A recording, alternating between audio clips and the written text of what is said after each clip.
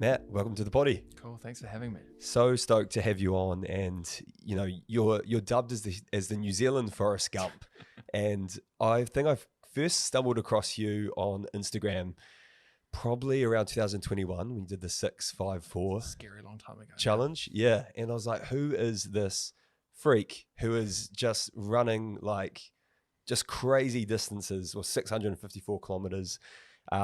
And now to see, what you've been able to achieve through your latest endeavor, attempting to run the length of New Zealand twice, is just bloody inspiring, man. And as a casual runner, like I just can't wait for this episode to just understand, I guess, the mental component of what you have to go through in order to take your body through that amount of pain. So really looking forward to it, bro. Is it weird that I think of myself as a casual runner? I Is think that weird? Yeah, that is very weird. I'm very serious though, like in the sense that I don't run for enjoyment.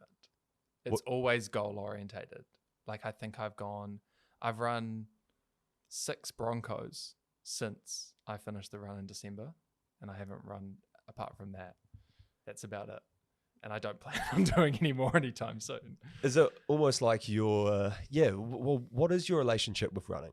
I hate the physical. No, I don't hate the physical. I used to say that. I don't. I'm pretty ambivalent about the physical act of running, but I love and am addicted to the things it brings. Whether that be the power of running a distance under your own 2 feet. That's probably the biggest thing for me. And then the people.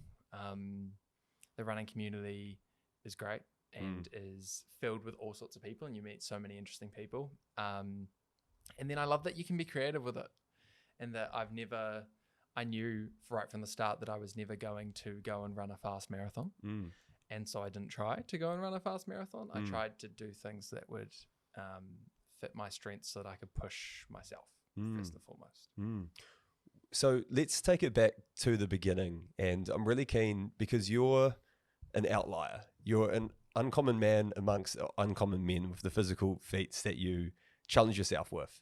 And I want to understand growing up, because cricket was a really big part of your journey growing up, but when you think back on 8-year-old Matt, what were some of those, I guess, pivotal moments of your youth and childhood which might provide some rationale for what you're doing today? Yeah.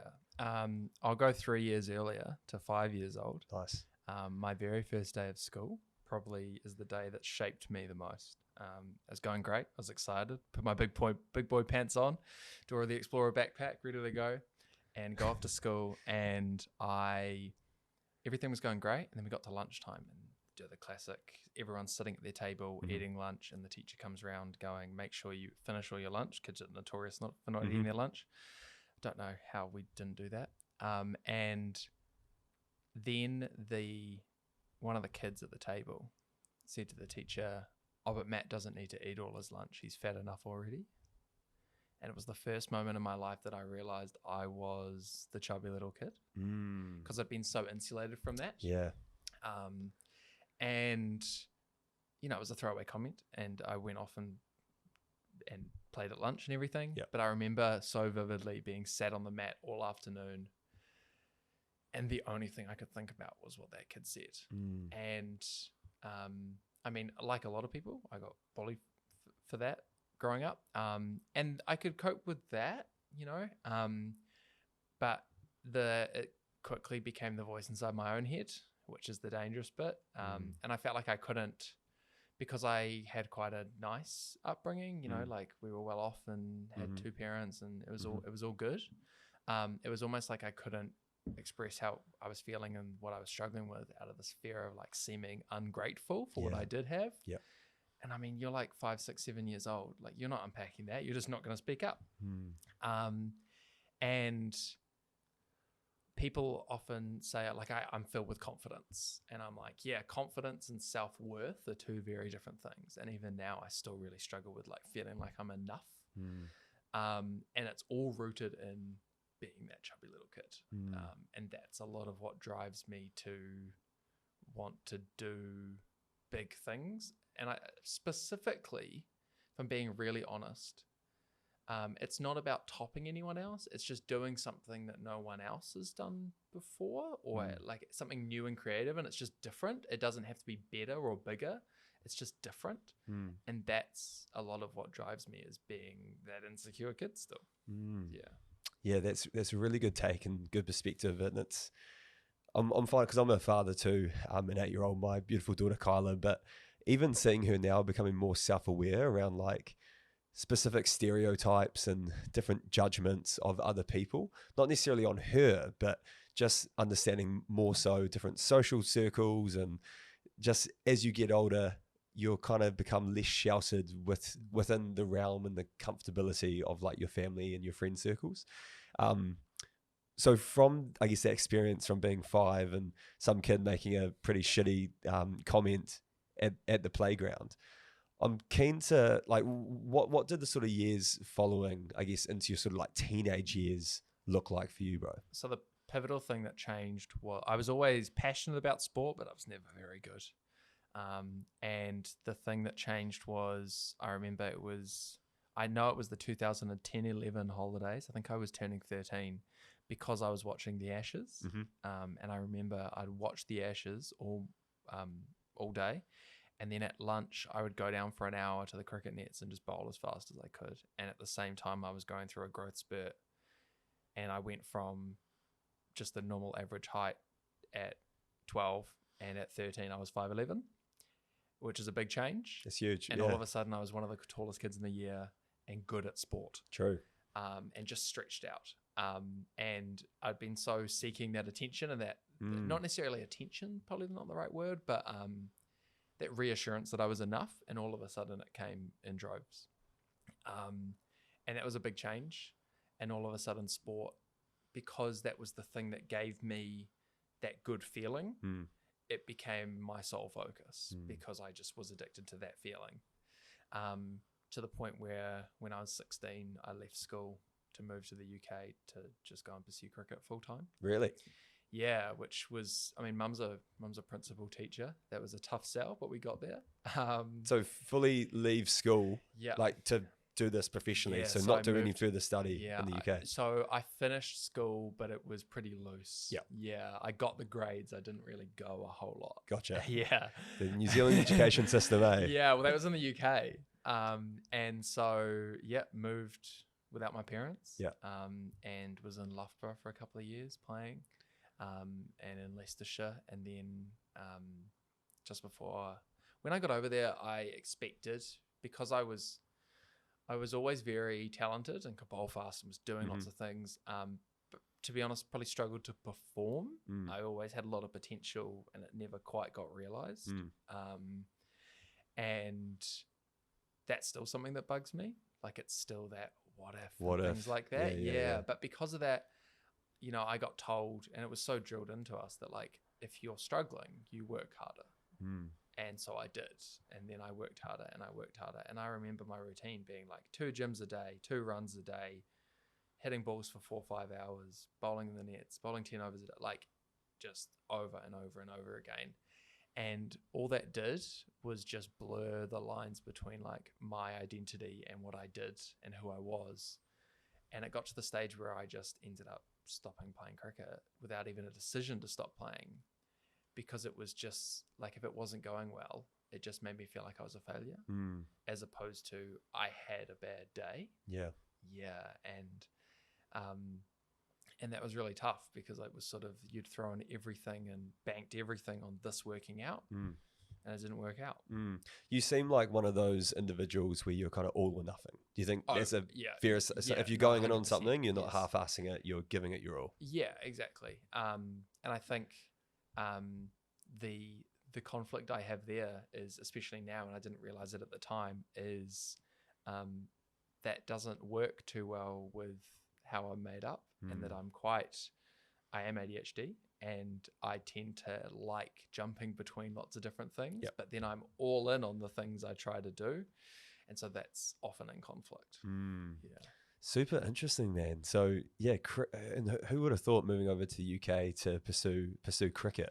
What made you stop cricket and kind of come to that realization that maybe you might have been putting too much of an emphasis of your own identity into the sport. I didn't have any of those realizations at the time. At the time, it was, I don't want to show up for, not for training, but like for the next season, for the preseason and things, and keep trying. Yeah.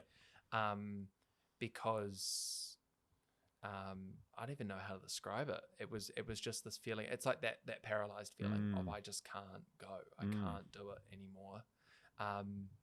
But it was very much on me. Like, yeah, I got to, you get the odd injury and stuff like that. But it was that I wasn't good enough, and therefore I tried harder and burnt myself out. And if I had done it differently, it could have gone differently. But I'm very much not one of those, if only I hadn't torn my ACL, I would have been in the big leagues. It's very much on me. Like, it's not an injury thing or anything like that, And where did you first discover your relationship with running per se? So during that time, I was stuck in a London apartment in winter where it gets dark at about 3 p.m, which is not the best place to be, where you're depressed and lonely and isolated. And it was a pretty dark time, and I'd still go to the gym every so often. Yep. And there was a mate at the gym who actually owned the gym, and we were chatting one day, and we were talking about the film Run Fat Boy Run. Mm-hmm. Have you seen that? I think I've watched it years ago. Yeah, so it's Simon Pegg, and the premise is that he never finishes anything in his life. So to show the love of his life, that he to get the girl, essentially, he decides that he's going to run the London Marathon on like 2 weeks training. And I won't spoil it, but it goes from there. And we were talking about whether it was possible to run a marathon without training for it. And I'd run a lot through cricket and stuff, but not as a runner, if that makes sense. And we went back and forth, and I was of the opinion that you could, and it was a big mental challenge. And we went back and forth until he said, "Well, go and do it then." And I laughed at him. And then he said it again the next day and again the next day. I think it was the 4th day where I was getting up at 4 a.m. to go and run a marathon around local streets. No Garmin to track it, no anything like that. I think I used the Nike app. Yeah. That's pretty not that there's an issue with that, but it was more like, compared to now, it's unthinkable. But and the run turned to a walk very quickly, and genuinely to a crawl at one stage. But I got it done in like 8.5 hours or something, of a lot of sitting down on sidewalks and things. And it was weird because I got into bed that night, and that feeling when you get into bed and all the thoughts start rushing into your head, all those like, I should have done this better, I could have done this is coming up. That happened, and I was so used to that when I got into bed that night, I realized that it was the first time I'd had a positive conversation with myself in like 2 years. And I was like, wow, this is different. And it wasn't about the running. The running didn't matter. It was about the fact that, like, actually you could go and do other things. Like, all hope is not lost in life, which sounds really over dramatic, but when you're in that moment and you're just looking at 4 walls for 20 hours a day, that was a big realization. And I woke up I expected to wake up the next morning feeling like a superhero. I can tell you, if you run a marathon without training for it, you do not wake up the next morning feeling like a superhero. Mate, but there was a little bit of maybe I could do something else. And I didn't know what that was or anything, but there's a little bit of hope, I guess. Yeah. So it's set through that spark, it sounds like. And I totally know what you mean. I feel like I recently did my first marathon back in November, did the Queenstown Marathon, 12 weeks of training. Fucking tough. Like, congrats, by the way. Thanks, bro. Yeah. Thanks. It was did it with one of my best mates, Marcus, and we did it for like a fundraiser for his mum, who had unfortunately passed away with cancer through a brain tumor. So it was good thing to do in her honor. Rest in peace, Sue. And but what I really found throughout that process was, obviously I hit a wall. It's fucking tough, and you're getting passed constantly by people who don't look like typical runners, and they're passing you with ease, and it's like just the most humbling experience. But what I found most impactful from the whole marathon experience was, after finishing the marathon, going to the finish line in like hour 5, hour 6, hour 7, and seeing some of these individuals with big rigs. They're not born runners, but they're getting it done and they're crossing the finish line. And to me, that was so much more like inspirational. Seeing some of these people, if you look at them on the street, you'd be like, there's no way you can run 42 kilometers. But seeing them hit the finish line, like, man, that's so much more impressive to me than the person who won it. Like, it's awesome, eh? I get that. Well, okay, so that sort of kicks you into running and understanding.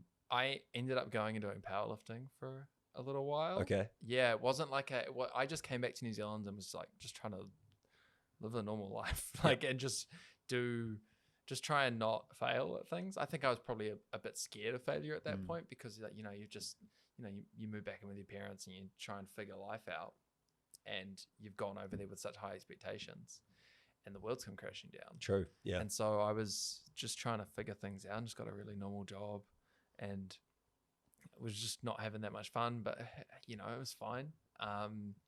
And did some powerlifting and did those things. And again, I like doing interesting, different stuff, but it wasn't until COVID hit that I started running again. And I remember I'd run before, and I remember I was about 120 kilos, and in powerlifting mode, it's difficult to go and lift heavy weights when you're in lockdown. So you've got to figure it out and change things up. And the second day of lockdown, I went for a run to the local park, which was 3.2k away. I had to stop 7 times to get there. And then did it again the next day and again the next day. And I think it took a couple of months, and then I was fully on a training plan, ready to go and do a big event. So far out. Yeah. That's crazy. And I think, so for anyone like out there listening to hear that, you doing a run which was 3.4 kilometers and having to stop several times throughout the process, and then to see what you've accomplished now as, an ultra marathon runner, basically. That is, just pretty damn incredible in terms of the journey that different individuals can go on to get to where they are today. So when I think probably I'll be really keen to actually start and unpack this recent endeavor. Yeah. So running the length of New Zealand twice. Look, running the length of New Zealand once, that's like probably enough, bro. Bro. Like, the people who have done that are incredible. Yeah. Yeah, it's huge. And that's the reason that I went. I knew that I couldn't compare to those people, so I didn't try to. Yep. It was very much like I had so much respect for people that I didn't want to try and do the length of New Zealand and do it significantly slower than them. True. Because I would have. I can't run it that quickly. Yep. It's not me. That's not what I'm built for. But what I am built for is just enduring longer and longer and longer. And so the idea actually started just as a joking thing of, you see people get to Bluff, and there's this video of they get there and they've been going nonstop and just killing it. And they get to that signpost at Bluff and they collapse, and it's like they've done it, and it's amazing. And I just thought it would be so funny one day if someone, even jokingly, just jogged around the signpost and thought, oh, I'll come back up now. And that the initial idea started as an idea to not tell anyone that I was going to do it a second time because of that. And logistically, that's impossible. Right. And the idea just evolved from there. And also that idea of, I never asked to be called Forrest Gump. I think it was a New Zealand Herald article that started it. And I just kind of rode with it because it gets eyes on, which helps charity wise. Everyone knows Forrest Gump. Yeah, exactly. But I think Forrest Gump ran across America, which is far further, maybe 6 times. And I was like, it's kind of cool to get to one end and just turn around for the sake of it. And that's kind of where the idea started, is it was just that. I think that's where a lot of great ideas start, is that they're rooted in like a childlike joy, as opposed to, oh, I'm going to try and top this or top that. It was just because it sounded funny. True. That's, super, super interesting. So what was the decision-making process around actually committing to a challenge like that? Because I definitely feel, and I'm probably the same as you in some regards, that I feel like on my most, I can perform the best if I've got a challenge or a goal to sort of work and strive towards. But sometimes the scariest thing is actually putting yourself out there to the world that you're going to do X, Y, and Z. So yeah, really keen just to understand. So you had this idea, you think it'll be hilarious. It's also for a really great cause, which is mental health. Yeah. What does the commitment to this challenge look like for you? I think it's a tough one, because that's personally not what I struggle with. If I get my mind set on it, at a certain point, there's a tipping point where I'm like, I almost try and get it out of my head. And if I can't, then it's going to happen. Yeah. Yeah. And sometimes there's things like there's been events that no one really knows about and haven't happened because just before we were going to announce it or we were going to sort of make it public, there's been some logistical thing or the weather or something it doesn't work out with the time of year, something else takes priority.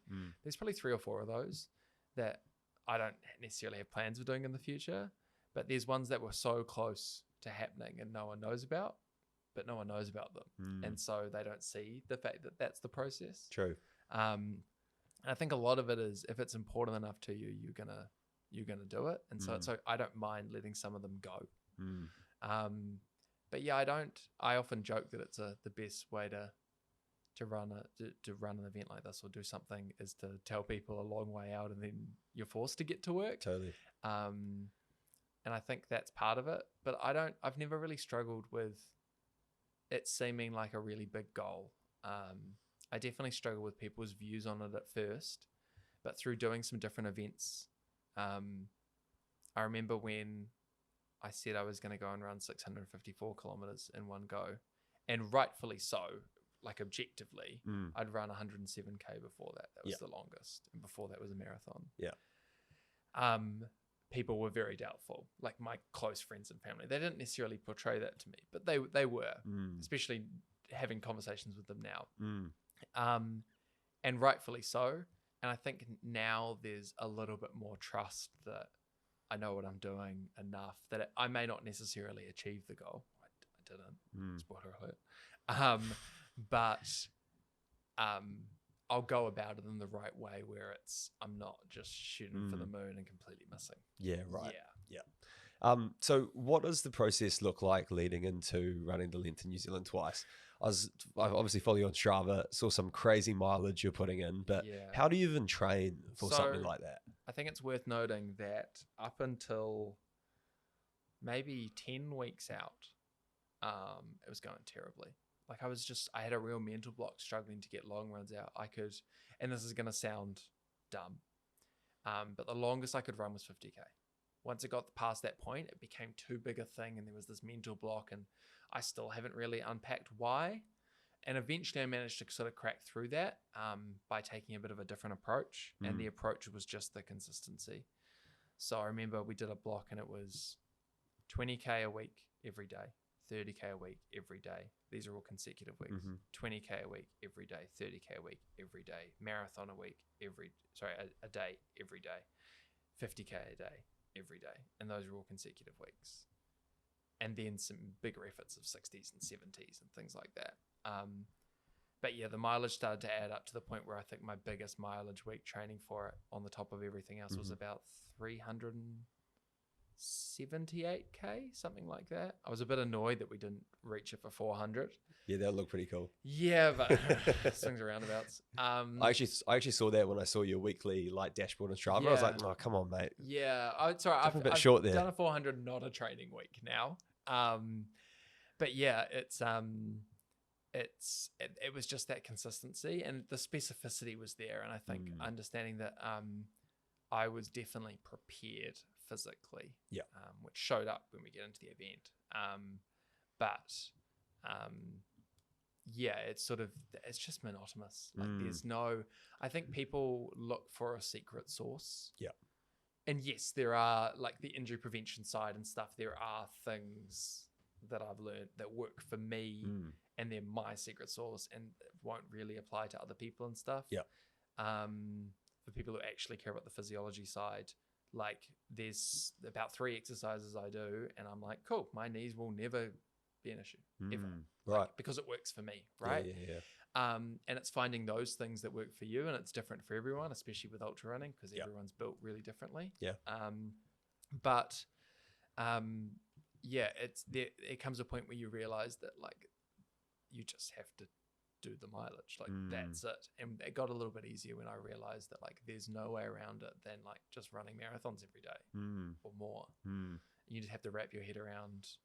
It actually gets a little bit simpler because you just go, you just have to do this. How did you deal with self-doubts within all of like this massive training block leading up to the event? I don't struggle too much during the overall, the big picture self-doubt. I definitely struggle with the anxiety directly before something. I think that what that comes down to is I tend to back my ability, and I'm good at backing my ability. But it's that in-between period. So when I get into something, I am good under pressure because I know I can perform. And when I'm a long way away from something, I'm good under pressure because I know I can perform. When you're the night before and that kind of time, you start to think about what ifs and stuff, and you're not rooted in reality. You're rooted in anticipation. And I feel like that's quite dangerous. Whether it's, I'm doing a talk now, like this morning, I went and did a talk in a big corporate, and 10 minutes beforehand, I'm like, what if they don't care what I have to say? What if, and there's all these other things, and they're generally rooted in other people's opinions. Hence the self-worth side. But I think that's a lot of it is it's having some undeniable proof that you can do something. Getting that's the tough part, but and having that proof of work, as you're saying, from making sure you put in that effort, put in the time, put in the mileage prior to the event, so you got confidence in yourself, knowing that you haven't missed any corners or skipped anything. And I think also, sorry to interrupt. No. It's also an understand, like when I did the domain run, I didn't have that. I mean, I had panic attacks the night before. But that's not necessary to perform. It helps. But it's I often say, like, if you put a gun to most people's head, they can cover a marathon distance in like but it's how difficult it's going to be. And I think that's why you do a lot of training. You can maybe your body's maybe necessarily capable of it, but the reason is so that you can actually enjoy doing it in the process. And I think that's a lot of it is you do the work so that the odds of you completing it go up. Because if you do something enough, you'll probably get lucky once. And that domain run's a perfect example of I just got lucky. Like I didn't know what I was doing.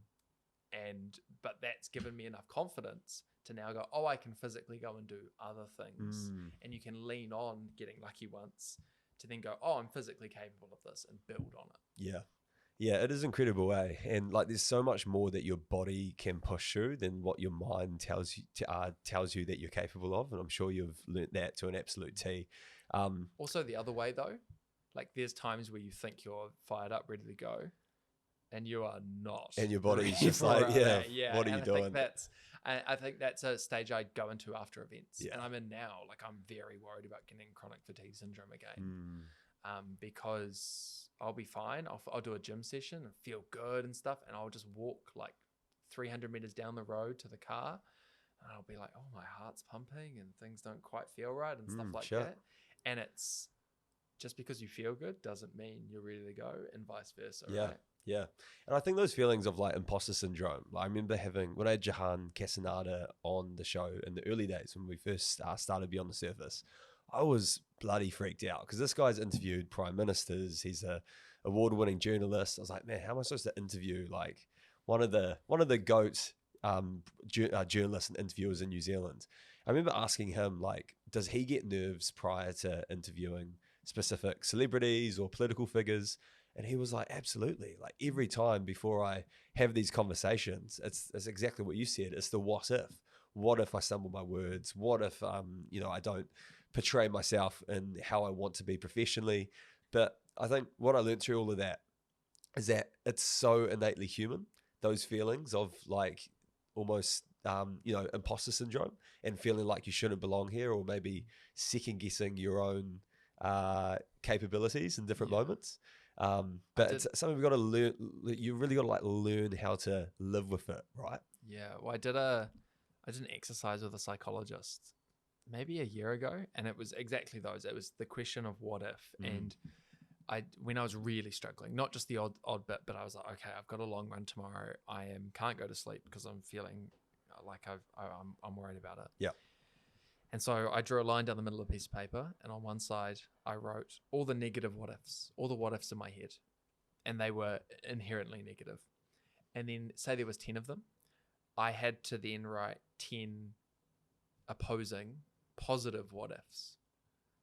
And that was huge in that. And it's not necessarily about getting rid of, because we're all going to have doubts and we're all going to have those things, but counteracting them with the equal amount of positive what ifs gets you there. And that's one thing I've started doing, is it's not necessarily about trying to solve the problem or get rid of them and stuff, because good luck not having self-doubt, but trying to combat it with more positive stuff. And that's been huge. And I still do that, just do it in my head now. I was like, okay, I've got a negative what if, but what if it could turn out better than I imagined? I love that. And it's so simple, because it's like flipping it on its head, right? It's like, obviously you've got a negative emotion at this time, but at the same time, if you do this thing which you're wanting to do, there's also potential positive implications and consequences that can follow. It's super simple. I like that. Yeah. So let's go to the night before you're doing the run. What are you feeling? How is everything going? Where are you mentally? Thai food. Do you have Thai food? Yeah. Is that to carb load? Like, what's the? Yeah, a little bit, but like you can't think carb loading's overrated. Like, yes, but I think the last time I looked, you can only hold about 300 grams of glycogen in your body anyway. So past that much, it's not helping you. You're just eating too much food. Yeah, true. Yeah, I had pad Thai. I was about to say, don't have a green curry then. No, pad Thai. Had mild pad Thai. Nice. And yeah, got to bed, slept fine, got up early the next day, get started. And yeah, the first few days were pretty tough. I went out with the goal of trying to do 2 marathons a day. Yeah. But it was always a loose goal. And a lot of things is understanding that, like, you're putting these things out there because what if it could go better than you imagined? And the only people who feel let down by you not running 2 marathons a day are people who are looking to criticize you. No one goes, 60K today. That's not enough. 100%. And so, yeah, the first few days were sort of in the 50s. And I was like, this is going to be a slog, which of course it was. And then I started getting into it a little bit more and started to make some progress. And there's a lot of hills at the start and things like that. I mean, they didn't go anywhere, and started getting into it, and then started to hit a bit of a rhythm. And the day where it physically started to go a lot more right was the day we turned around at Cape Reinga. So that was day 7, I believe. And I think I did 71.5K that day with like 1,400 meters elevation, windy roads, break to turn around at Cape Reinga. And that was the day where I physically started to like sort of come into my own a little bit more and started to go, oh yeah, okay. And there was lots of stuff going on behind the scenes, which was tough. And just dealing with logistic issues because, and I think that's what I was feeling so much, is I was so drained by just drama of things and logistics and admin and stuff more than the running. So the running actually started to feel a little bit like the easy part for a little while. Not that it was physically easy, but it was the mental break from the other stuff. Yeah, right. And yeah, it was sort of just all a blur that first week or so. Crazy. And yeah, I guess like you would have been just running through mostly highways, but some beautiful parts of New Zealand, like rural New Zealand. And it's, your brain goes from don't get hit by a truck, don't get hit by a truck, don't get hit by a truck. Oh, that's a nice view. Don't get hit by a truck. Any close calls? Oh yeah. I mean, like lots of close calls, but I also just always I knew it was, I'd had some big comments from people who've done it before going, be careful. Like, I would not recommend this, as dangerous. And I would say the same thing to the next person who's thinking about doing the length of New Zealand or just a long run on roads.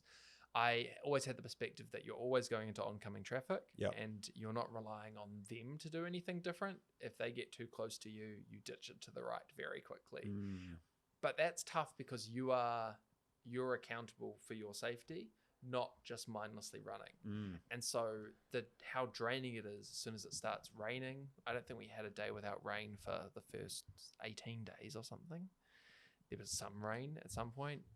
The wind, the hat flying off every half hour, things like that, they really add up in terms of like the mental just stimulus and just how drained you are. Yeah. So you first 7 days, you're starting to feel a bit of a groove. There's stuff going on in the background. Running's almost like a release for you, like an outlet where you're sort of like channeling this energy to get through. Where does at what part of the run do you start to feel, I guess, the weight of the mileage taking a toll on your body? Oh, we'd have to skip a long way ahead. So Yeah, you were I feeling think good for like a long while. Yeah, yeah. So I mean, we get back. So like, there's some of the crew are struggling, and we end up changing some of the plans. And eventually, I had a really great call with a mentor, and I was, bear in mind, this is in the evening after running 60 odd K, and I'm like, look, we've got to change the plan. This isn't going to work anymore. I wish it would. Like, I'm doing everything I can, but like, I'm in tears. Like, you're just so emotionally drained. And I didn't know what we were going to do going to bed that night. And the only advice I got was like, like when you're setting out on a big thing, there's probably about 3, 4, maybe 5 things you're trying to achieve within a big complex thing. And what are those things? And then put them in order of priority. What's the most important thing? And sometimes, and realizing that sometimes you have to sacrifice the bottom half of those in order to ensure the success of the top half. And so the things that I was not willing to sacrifice on was running that distance and trying to raise as much as we could for Gumboot Friday. Those were the 2 things. And that meant that the path to changing the plan to now run lake loops, 6K lake loops around Lake Pupuki, became really clear. And I understood that, and I knew that I wasn't going to be able to keep going for that much longer logistically, and I was just going to burn out and drain and end up in a heap on the side of the road if we kept going with what we were doing. Because in all honesty, I don't think I was capable of that. And I realized that and had to adapt. And I got told as well that, because I was very worried about, like, what is everyone going to think? Like, you're just changing up the plan to suit, like, it was a slippery slope, And someone said, the people who were really supporting you in the start are not going to change now. And if anyone has an issue with it, they were never really supporting you in the first place. And that's fine. And that really helped, because it became really obvious if anyone didn't have any criticism. There's always some people who got some criticism. They're not the ones out there doing it. Totally. And they're more than welcome to join me.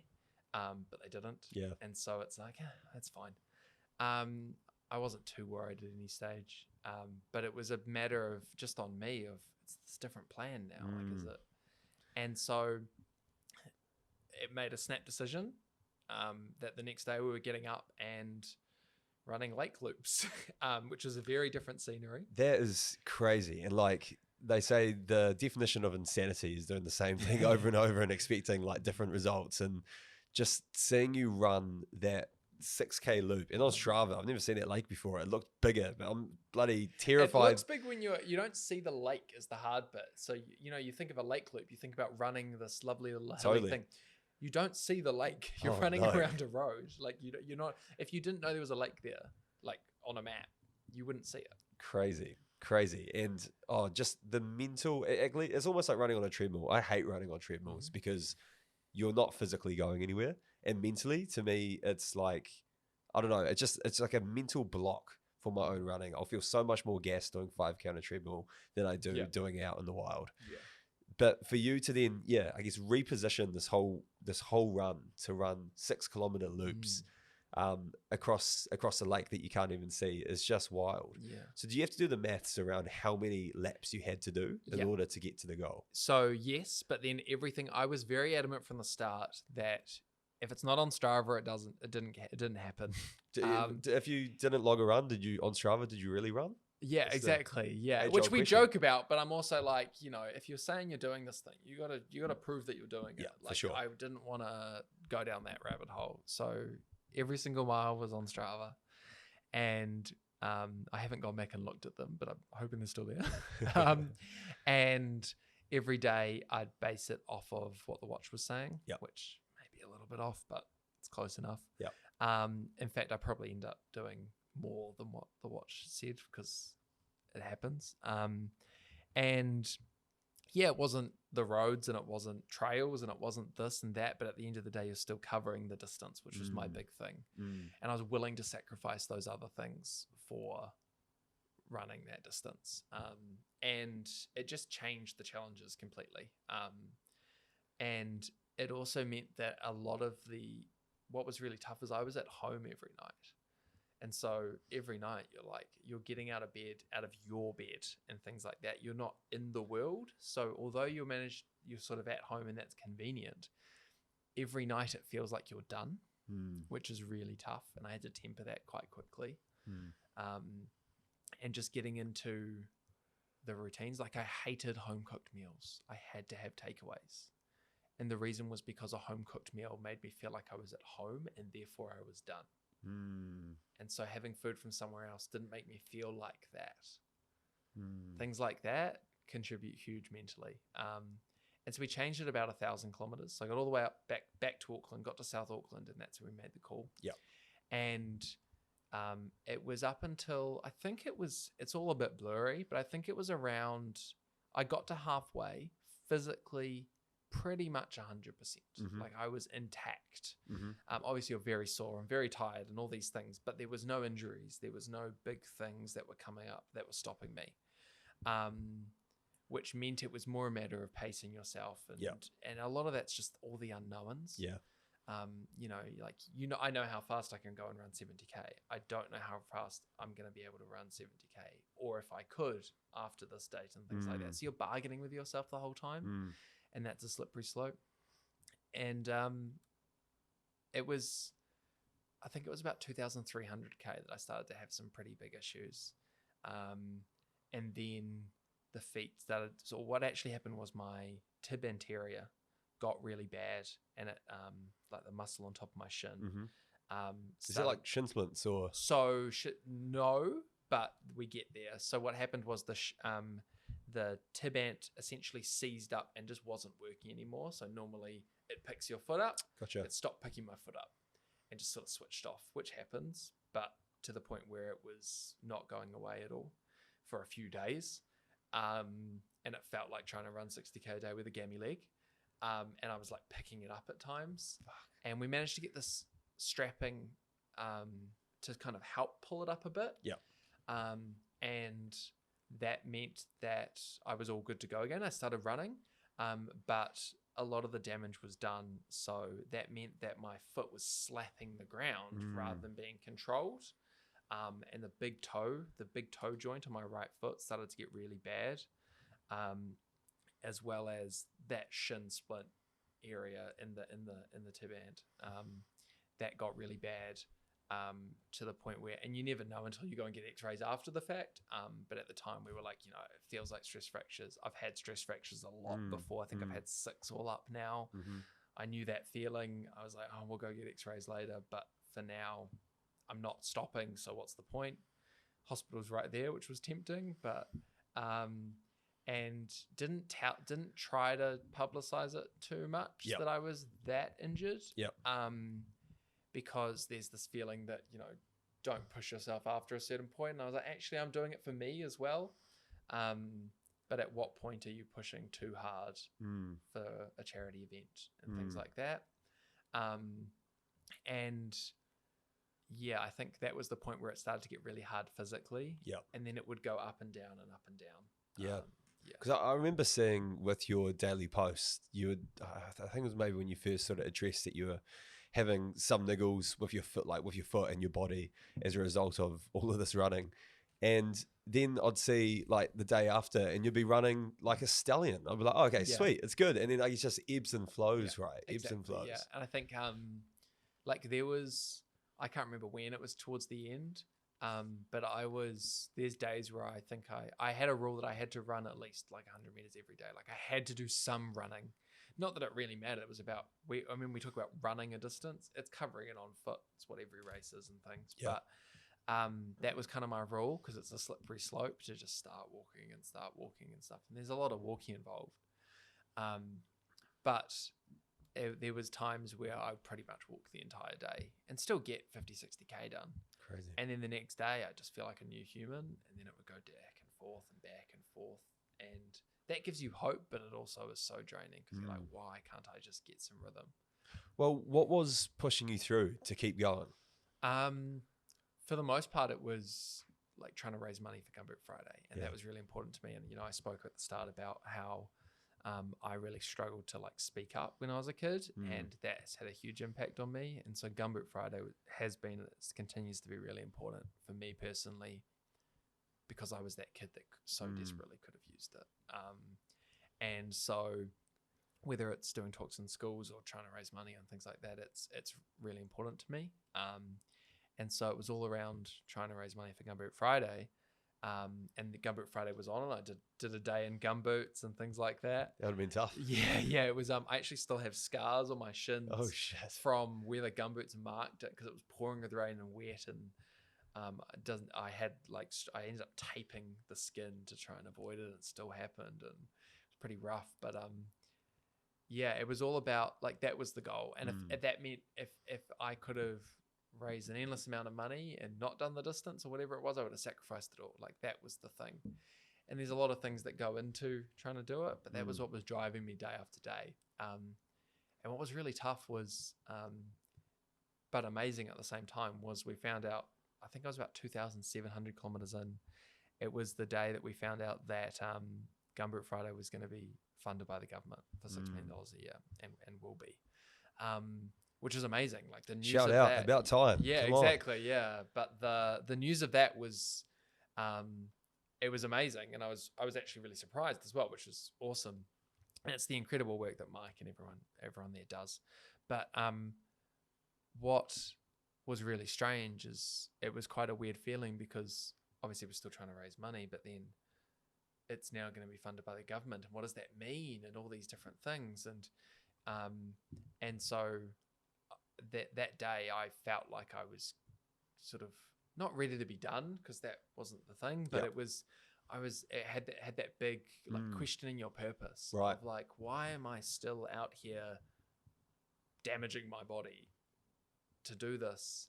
Not that it's not needed, because it always is, but it was kind of like it was just a strange feeling. Yeah. And there's no right way to feel in those situations, because you're drained and everything.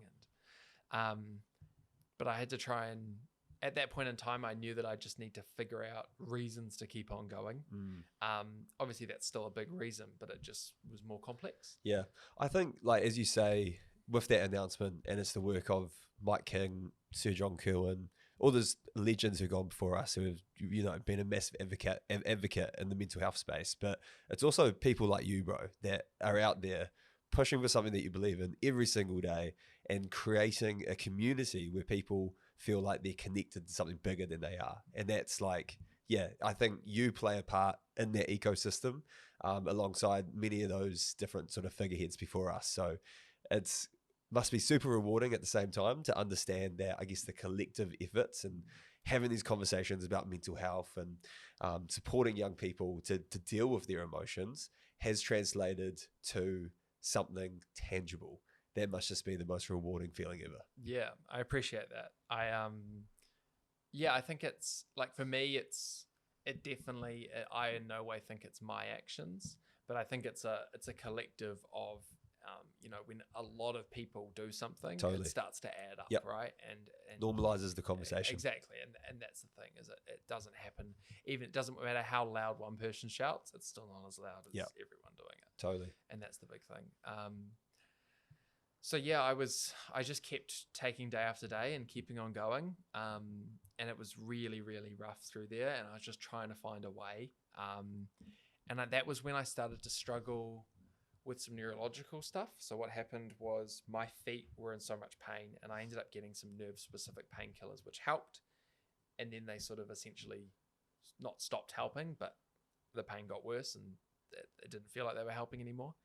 And what would happen is I'd get out there, and within 3-4 hours, my feet were just done. So we started to switch it to shifts. So instead of doing a big day, I started to do 6 hours on, 6 hours off, and was going through the night, and it just got so messy and so blurry. And it was just trying to do 21K, 23K, 30K, 25K, like every 6 hours, just keep going. And it does add up.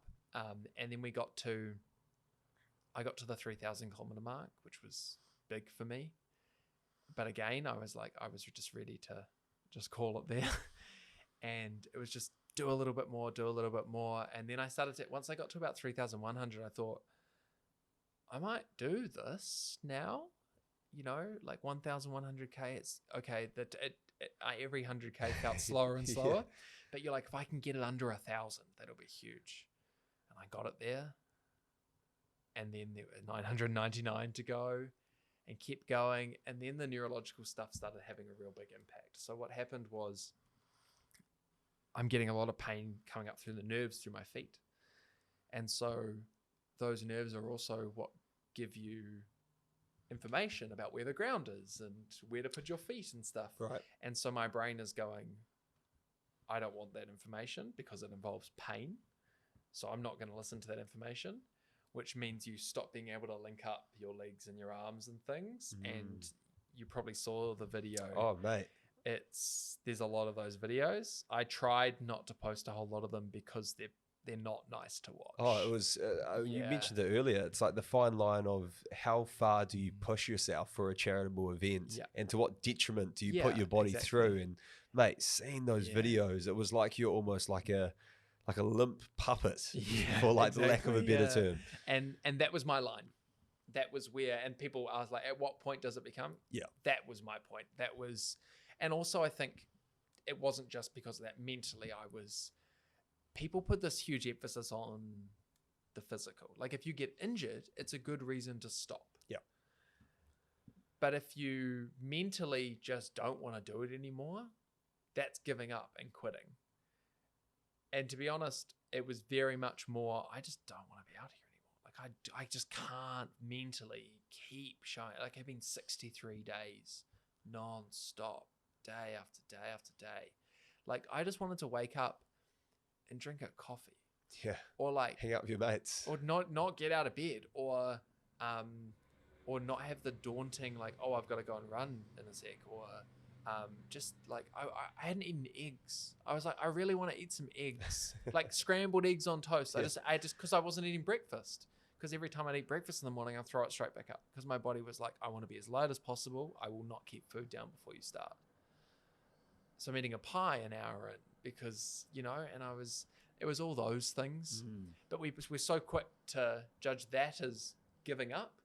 And not that anyone did in my scenario there, but like actually there's a point where the mental is just as valid as the physical. Yeah. And that was hard for me to wrap my head around. But yeah, so I ended up completing 3,401 kilometers. I crunched the numbers on that to put it into more Kiwi terms. I haven't heard any of this, so this will be great. So that's equivalent to 11.3 million jandals. It's the equivalent to 4.4 million skateboards and 28.3 million meat pies. I probably got through about half of those meat pies on the run as well. Was that your meal of choice? Oh, everything was. As long as it wasn't salad. Basically anything that was calorie dense, which meant that, like, I remember I got a butter chicken one night because I thought, yum. And it was too rich for me to eat enough of it to get enough calories in. And Right. so it was actually a big issue. Like I didn't get enough calories in because I'm eating one proper meal a day. So pizzas and things like that were good. But a lot of pies through the day. The more I went on, the more my body would accept food. Started out barely being able to keep down liquids. And then by the end, I'm just eating ice creams and doing all sorts. But that's what it looks like. Because how many calories would you have to sustain? Because you'll be burning just thousands. Yeah, I think we were. Well, I leveled out a bit better once I started being able to get food on better. But in the first 2 weeks, I think I lost 6 kilos. Wow. Just a bit risky and not Yeah. great. It was pretty noticeable. Like I was away for 2 weeks, got back, and everyone was like, oh, okay. Yeah. Is that going to keep happening? Yeah. Because that's an issue. Because I'm bigger generally. But still, I can't maintain 6 kilos every 2 weeks for 10 weeks. That doesn't work. So yeah, it's definitely a lot of learning curves. And I think the biggest one that came out of it for me was that the simpler you can keep things, the more it enables you to deal with whatever then comes up. And I think what I've learned is trying to keep it simple from the outset, knowing that there's inevitably going to be challenges rather than banking on perfection and requiring perfection because it's never going to happen. And I think if I'd known that going in, I was relying on perfection, everything to go perfect to be able to do what I set out to do. And so when we simplified things down, I was able to achieve a lot more distance-wise, but just look different. What was the most memorable moment from this whole journey for you, bro?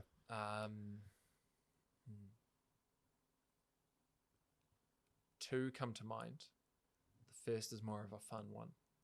I was going around the lake, and there was a fire truck going through one of the main intersections at the lights with its sirens on, going to be called out, I assume a fire. And it was going through all the lights and honking its horn, its sirens on. And I looked to it as it was going through mid-intersection, and the sirens went off. It honked the horn twice, and the guy driving it slowed down, waved at me, as in like, well done, keep going, and knew what I was doing. And then continued on to the call out of the fire. And I'm not that I necessarily agree with that prioritization, but that was like oh wow, that's quite a cool moment. Yeah, wow. I think the other thing was that it's easy when a thing like this it's not that you feel lonely, because you're surrounded by people who are supporting you, and the support's huge. Whether it's online or in person, or people coming down and the people you meet for the first time and everything. You never feel lonely, but you do feel very alone. And what I mean is, it feels like you're on a desert island, and there's people all around you on cruise ships, but you're the only one on the island. And they're all waving at you and cheering you on and stuff, but you're the only one there. And that's really tough, because it's hard to accept because it's like that people, if you're not taking anyone's criticism, you're also not taking their positive comments as well. You just sort of block yourself off and normalize it. And I think the relief once I was done to actually sit back and accept, it's like, okay, instead of focusing on the 799 kilometers you didn't do, or the change that happened and where you did it and things, you covered that much distance on foot. We raised a bunch of money. We did this. We did that. That's really cool. And you should be proud of that. And it's still taking me time to be able to be proud of that. Yeah. It wasn't that long ago that you were literally just in the trenches, just going and going and going. Throughout that process, when you're in the trenches and you're running just crazy amount of kilometers, 2 marathons a day, do you get into some sort of flow state where, or are you playing tricks? I'll be really curious to understand. Are you playing tricks in your mind, like breaking down the day into like, if every 10 kilometers is just 2.5 kilometer runs, like how are you mentally processing the time? All of the above. Yeah. You know what it felt like? It felt like going to work at the hardest job in the world for 2 months straight. It felt like having to, it's literally just getting up every morning, going there, knowing you're going to have to do something.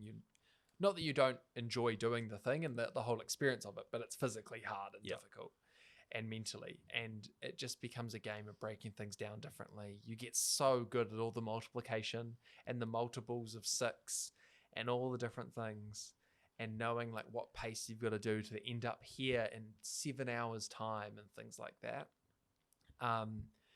But yeah, it's definitely playing tricks and just using and just having a toolkit, which I've sort of developed over time from other people's toolkits, essentially, and learning what other people do. I remember Ian Jones, Carmo, who's become a great friend now.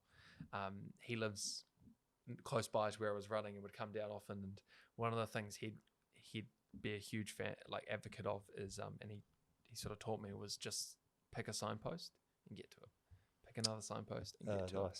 And that's one thing I kept doing in different ways as well, whether it's just picking a distance, picking a number or something you can see, or calling someone up and going one more 6K lap for a whole nother hour and just walking it at the end of the day to get a little bit more out, but you're on the phone with a mate who lives in Christchurch, or things like that, right?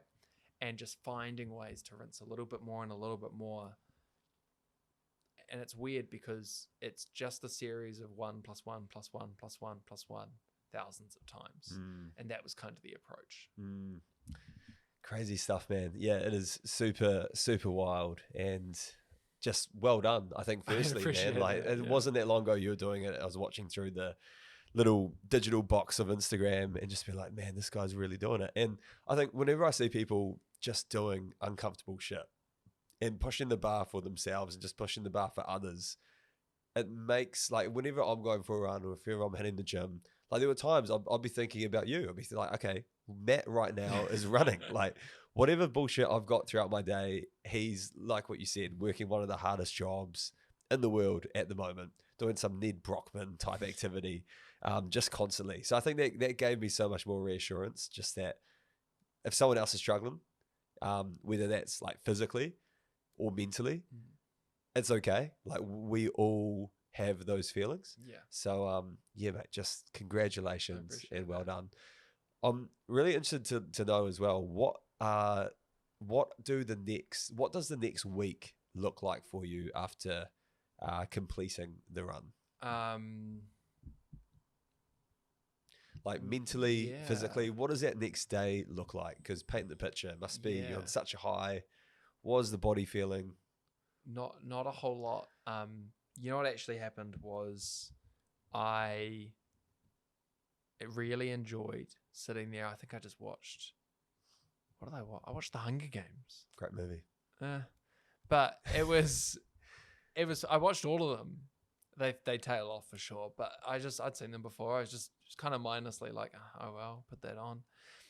Ate some food, did some things, got some Uber Eats, and what I realized quite quickly was by the end of that night, because I think it was a Sunday that I finished. By that Monday night, I was bored.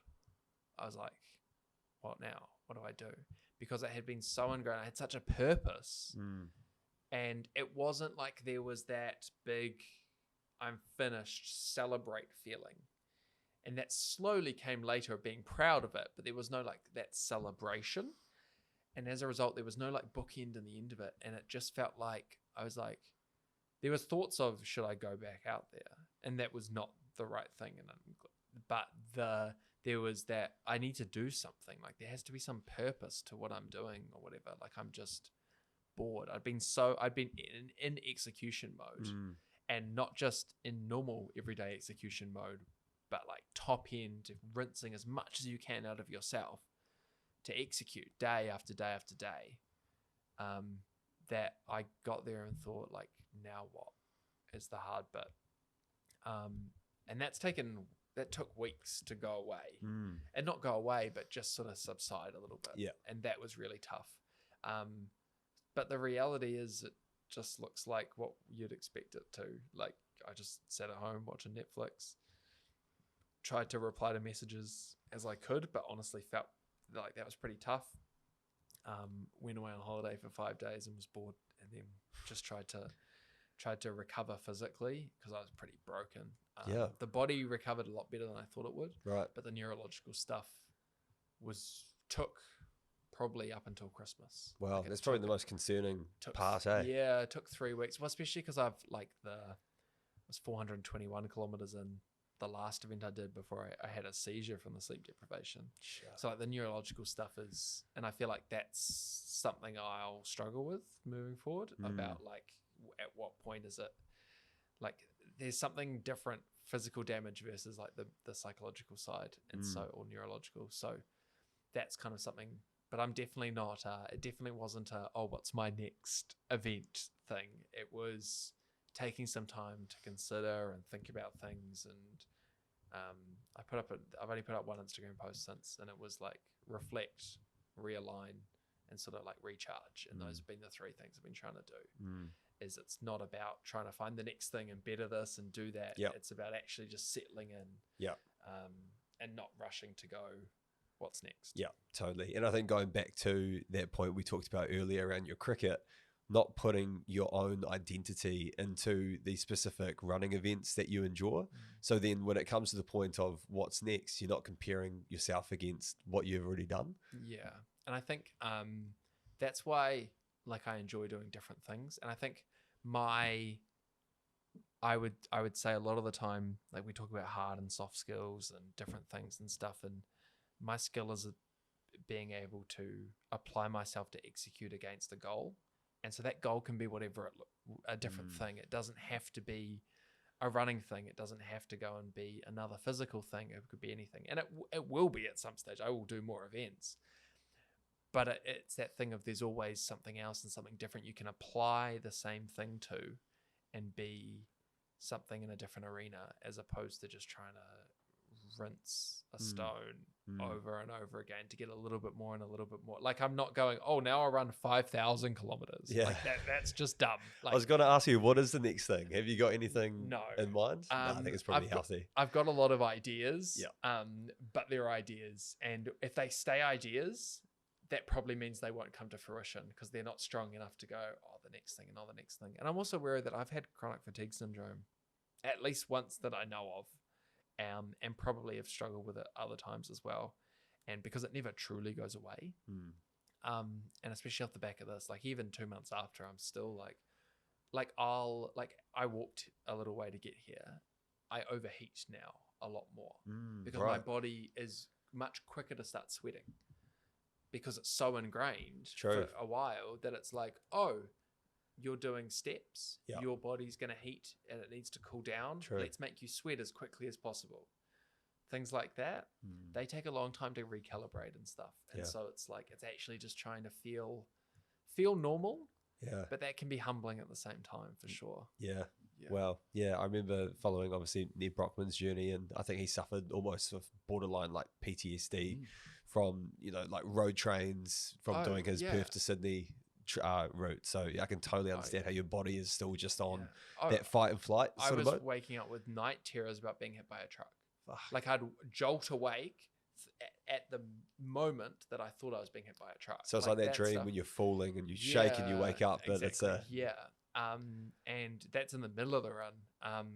One thing that's been really good at the moment is I've just been going to psychologists most weeks just to try and unpack things and not try and fix things, but just navigate through and understand it better and stuff like that, which has been huge. And it's something I'd recommend to everyone. It doesn't work for everyone, but I think it's worth trying for everyone who can, is the idea. And that doesn't necessarily have to take the form of going and seeing a psychologist or this and that, but whatever that looks like to you, of finding a way to get your thoughts out somewhere and try and make sense of them. Even if it's, my big thing is, like, people talk about journaling and it's really strong. I try journaling and my brain races too quickly and I can't keep up and it stresses me out more. So I started using the voice memos on my phone. Oh, nice. And so I'll be driving or going for a walk or whatever, and I'll just press play. And they automatically title with the day and date and time. They're hilarious to listen back to a year later as well. Yeah, must be wild. But it's great because you have a podcast with yourself. True. And you just talk, and it's amazing the things you figure out and just get out of your system through doing that. True. I've never even thought of that before. That's a really, really cool approach, bro. And like, I guess on the topic of mental health as well, and look after your own well-being, what have these past endurance taught you about managing your own mental health? Yeah, I think the realization I've had over the last year is that, and it's something I try and communicate to everyone, is I think well-being, mental health, things like that get seen as separate to performance. They get seen, in order to achieve big things, you have to sacrifice time with family and relationships and all these sorts of things. And for me, I used to believe that, hence the cricket side of things, when you just work more and more and more. And what I've realized is actually the well-beings bit is the fundamentals and the foundations of then performing at a high level. Because if you're not charged up, if you're not ready to go, then you can't execute and you can't do the things and you can't be there for other people and you can't do all that stuff. And so my big thing now is understanding that actually, one, you should want to take care of yourself because you want to feel good and you want to take care of yourself. But actually, it also enables you to perform at a higher level. And I think that's often is the sacrifice, whether it's putting food on the table for the family or trying to achieve some stupid goal, you're sacrificing your health, both physical and mentally, to do it. And it's about finding ways to put structures in place which lift it up rather than tear it down.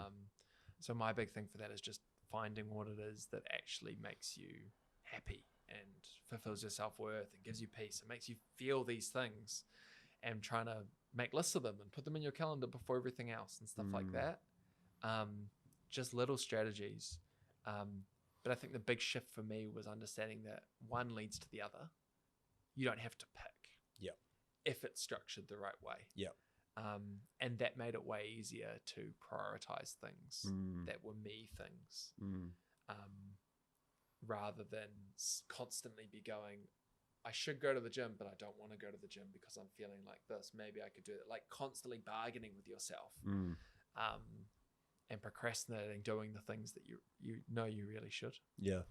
I think within all of that as well, like the note of consistency is so important. And throughout all of your endurances and your feats, it's the consistency of just showing up. It's like going through the motions every day, prioritizing what is good for you every day. And I think as I'm getting older, just truly valuing how important it is to create structure for yourself. I guess when you get older, you get a lot busier. I've got a child, I've got podcasts, I've got a full-time job, it's university, a whole bunch of things are on the side.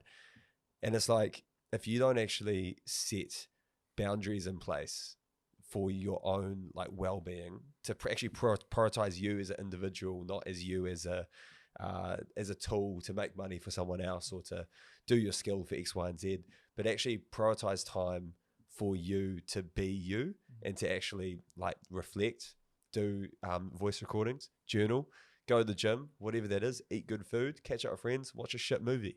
Like, you need to actually build in that time within your own schedule, or else it just won't happen. Life will take over, and the complexities of relationships, work, study, whatever that looks like, will just overwhelm you. It's there's a bit of a ramble, but no, I agree. I think on that, I think it's that idea that it feels very selfish too. I mean, it feels selfish me going, sorry mates, I'm not coming out tonight. I'm at home building a Lego Death Star for my mental health. Let alone you've got a kid or a partner and doing this and doing that. And that feels very selfish at first. And I think it's that understanding of not just understanding, but fully comprehending and believing that in order to actually be any good to anyone, you've got to be around and be present and there. And you can 3x your productivity at work by getting a good night's sleep. You can do all these things just by actually taking care of yourself first. And not just the recovery side, but actually doing more of what charges you up and makes you feel really good. But it's comprehending that like it's not selfish to put yourself first. If anything, it's actually prioritizing other people more. There's just an extra step involved. Yeah, love that, bro. That's so good. And your journey now at the moment, so you're doing a lot of like public speaking, different conferences, speaking to different like corporate clients, high schools. Talk to us a little bit about, like what are some of the messages that you're sharing through that, and I guess what that journey of being like an entrepreneur, your own like business owner has looked like for you. Yeah, I think it's definitely been an interesting journey because I feel like everything I get thrown in the deep end. I got asked to talk for the first time off the back of doing the run at the Domain, and went, oh, what am I doing now? Like, what does this mean? And then you learn on the fly, you learn quickly, and you figure it out. To now to the point where I'm really confident in my ability to actually be able to deliver for people and may have a real impact. And I think my big thing that I try and communicate as well is it's not necessarily just what I'm trying to communicate, but it's the methodology of how, because a lot of it is about the idea that how putting yourself first and taking care of your well-being can influence your ability to perform. But it's how you communicate that message. That's pretty obvious if it gets pointed out to you. But how do you deliver that in a way where it has an impact on someone's life? They don't just hear you. And a lot of that for me is about leading with vulnerability and opening up about the times where things were pretty shit and you really struggled and stuff like that. You know, the details of what it's like being 18 in an apartment all alone when things aren't going well. Stuff like that. Because when you lead with vulnerability, people are much more receptive, both with their own and to hear out, well, not necessarily your advice, but some strategies you use, and maybe they might adopt them for themselves. And it's about being able to deliver that message in a way that really, really delivers for people.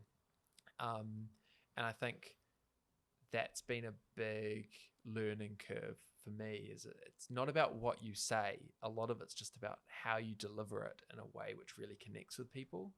And if someone takes one thing away from spending an hour talking with you, it feels like, oh, they've only got one thing out of it. But that one thing can have a huge impact on their life for that amount of time. And that's always my goal. Like whenever I'm speaking to groups, whether it's sports teams or law firms or whatever it is, even schools, it's about my first and foremost goal is not necessarily that they take anything away straight away in the moment, because that feels like motivation, inspiration, and they're just charged up after a talk. But when they're sat in the car, sitting in traffic on the way home that night, things are still kind of mulling through their head, and they're like, oh, maybe I'll do this when I get home, or maybe I'll stop. Maybe I'll stop and get myself that ice cream because it ignites that like childlike sense of joy in me. Or maybe I'll do this.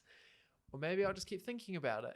But they're still mulling it over, as opposed to, oh, that gave me a lot of motivation. Cool. Put that to the side. Yeah. Motivation is short-lived. With it. Exactly. Yeah. And it's very much I hate the term inspirational speaker. The fact you may have done things which are inspiring, but it's about delivering real tangible things people can take away and interact with. Because those are the things I still use day to day. And I think having someone who really communicate, like I try and communicate the best I can, that I'm still figuring it out. Yeah. I hate listening to TED Talks or even just podcasts and things like that where people go, not this one though. No, of course not. But when people essentially come across that they've figured it all out. Oh, bro. And this is the life, this is the strategy. I've got it all sorted. I'm like, I'm not writing a book about, like, someone asked me, like, do you want to write a book about like the running events you've done and things like that? I'm like, I've just turned 25 and like, I don't know what I'm doing. Yeah, like, we're all still figuring it out. Like, that's the point. You may have some strategies someone else could benefit from. Yeah. But no one knows what they're doing. Totally. And I true. think Communicating that really helps people to just know that, like, whether it's some big time CEO or the athlete you look up to or whoever it is, all have their own issues and still have no clue what on earth is going on. 100%. They've either just been doing a little bit longer, or they've figured out something small that you haven't yet, and things like that. And it's not some big formula. I don't know if you thought the same, but I remember being like, I don't know, 8, 10, 12, heck, even like 18, to be honest, and looking at people who were in their 30s and being like, holy shit, you have your life under control, your life is sorted. And even the perception that most people probably have of their parents and their family, like, you know, they're just a well-oiled machine, cruise through life, any problem they've got, yeah, there's shit that happens, but they're adults. They can get through it. And then you get to the same age that some of the people you used to look up to, and you're like, fuck, nobody knows what's happening. Like, we're all just totally guessing it through this game of life. You know what I mean? I love that the impact that has on kids. Like, that's the biggest advice I'm not a parent and wouldn't claim to know anything about parenting, but the one advice I could give to communicating with kids from having been a kid was that when you go into schools and you speak, and the teachers will say, oh, don't feel the pressure to speak for more than like 20 minutes or anything. It's fine. Like, they get pretty restless and stuff like that. They don't normally do too well with speakers coming in. And you go in there and you lead with vulnerability, and you tell them, and like, you'll tell like big tough guys about, yeah, I was crying yesterday about this thing that seems really arbitrary. And they'll laugh, and you'll call them out and go, why is it funny that I was crying? They tense up straight away and they go, oh, no, and things like that. And you call it out, because what happens is when they fully comprehend that like adults aren't perfect, which a lot of kids have never seen an adult truly be vulnerable to them before, have never gone, yep, this is when I screwed it up. This is when I was crying. This is when I had panic attacks. This is when this all went wrong and I failed and I felt like this. They've never heard that. And whether you're a parent or whether you're just around kids or you're speaking or whoever it is, communicating that to people who have never seen it before is huge, because they pay attention so much more. They're gripped by the idea that you don't have it all together, because it's unfathomable. Like, the only thing they've ever seen. It's like, it's hard to describe. That's so true. And yeah, I guess as adults, as elders now, we might be called that. You always do want to put on that strong front, especially for kids, eh? And like, but I think, yeah, there's so much power in vulnerability, and like we said, leading with vulnerability, because when you feel that way if kids are going through, or just anyone's going through a shit time, you can relate to somebody. I think that is so important. And I think as well, with the rise of social media, one of the positive things of that is I think you can understand these stories a bit better. Because in the past, you'd probably, if there was no social media, but we just heard of the legend of Matt. He's done X, Y, and Z, these crazy running events, ran the equivalent of 28.3 million meat pies. You would think he's got his life all sorted. If you just saw you do like an interview afterwards or whatever, like whatever the media would share with us, you'd be like, cool, he's got it under control. But I think things like Mate, podcasting, I had enough trouble getting a bus getting here. Do you take a bus to get here? No, I got a bus from the hotel. Oh, right. To then get a train to then. I was like, Google Map. Like, I genuinely, this is a bad thought. I went, it's 30K. I could run that. And then went, no. But it was like, it was easier to go, oh, maybe I'll run that distance instead of figuring out the things that everyday people do. Because I work from home half the time and I don't have to get public transport a lot of the time. And then you put in the deep end and you're like, I mean, I used to live in London. Yeah. But you don't do it for a little while. And that's what I mean. Like, I'm like, oh, there's school kids getting on this bus and I don't know what I'm doing. Yeah. It's the reality that like, no one knows what they're doing. Nah, man. We're all building the airplane while it's flying. Hey, before we wrap up, we've got some quick fire questions, but I'm also keen just to quickly ask one more question around what does your standard week look like? Do you have a daily routine? What does that look like? I think it might be more helpful going into daily routine. Yeah. Because my week varies with travel and things. So what a normal day looks like on a regular day rather than the exception. So I have two sorts of days. One is if I stick to the plan and one is if I don't, which is about 50-50. The plan is get up in the morning at 5:30 or so to be in the gym by 6. Mm-hmm. Do a 45-minute or so workout. At the moment, it's just to feel good and to feel strong again. It's not about doing anything crazy. Yep.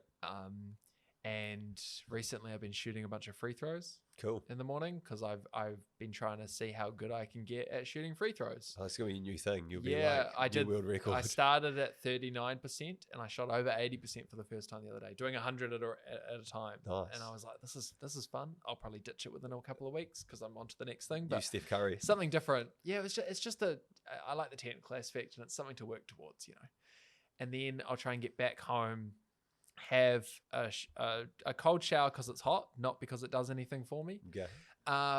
And eat breakfast, have a coffee. I say sit down and read. It very rarely happens. But I'll try to do that. Mm-hmm. And then by 9 or sometimes by 8, I'll try and sit down and get to work, whatever that looks like. But it's sitting on a laptop doing something, whether it's emails or building something or planning something or whatever it is. Or it might be a meeting or whatever it is. A lot of Zoom calls, a lot of that sort of stuff. I'll procrastinate half the things I'm doing, which I'm working on. Had a good psychologist appointment the other week to try and break down why I procrastinate certain things. It's been working well. I won't get as much as I should done. And then I'll get to lunchtime, have a break, eat lunch, drink far too many more coffees. Mm-hmm. Are you like a two coffee a day kind of guy, or? That's where it starts. Yeah, I only drink iced coffees, which is dangerous because you tend to always have bigger ones. Yeah. You can't have a small iced coffee. Normally 2. 3's pretty dangerous. Yeah, get a bit jittery. Yeah, exactly. And then by the afternoon, I'll either go on like a walk or something at like 3 or 4 because I'm pretty burnt out mentally by then. Because when I'm working, I'm trying to work rather than. I mean, I'll be watching Netflix at the same time as while I'm working, but that's because I'm not watching it. It's just something happening. It's something in the background because I'm quite ADHD. Yeah, exactly. I'm trying to get better at it, but it's not there yet. And then I will try and get a bit more work done and do a little bit more. And at the moment, I've been really into movies. So I've been trying to watch a new movie every day. I think I'm at about 40 so far this year. Good stuff. Yeah, really good. And that's been cool. And catching up on those.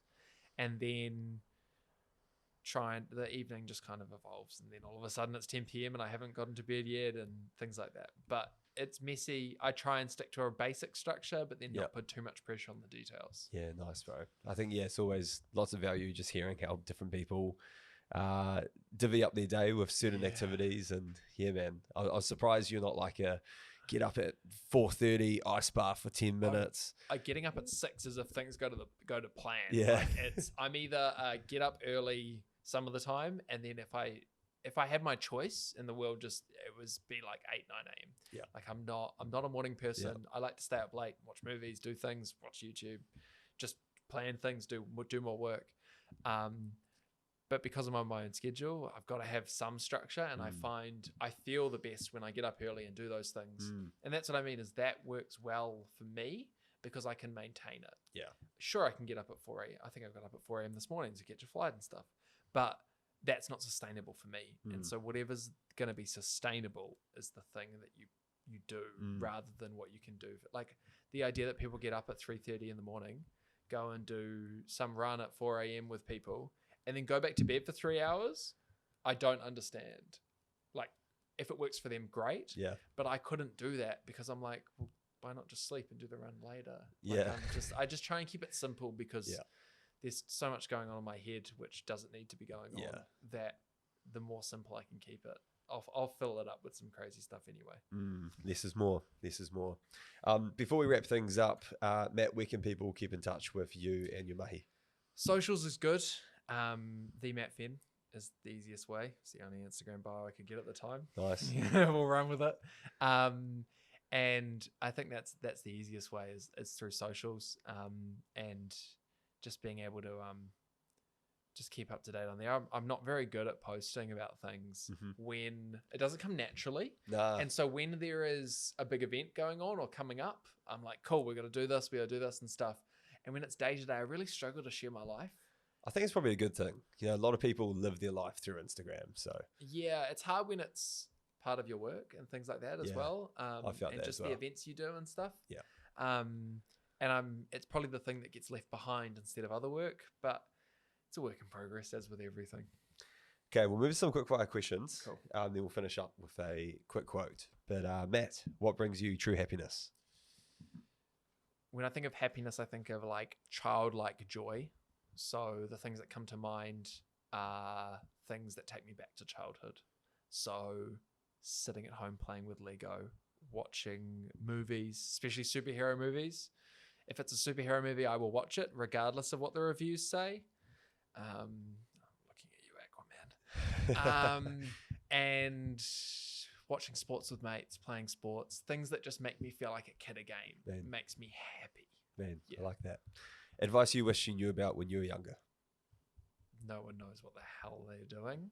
And you will think at times that you should because you think you're special or different. You're not. Amen, bro. What does legacy mean to you? Being able to inspire other people to take action, which has a far greater impact than what you could ever do by yourself. Best distance to go for a run? Optimal distance for an enjoyable run? A half marathon race run socially with friends.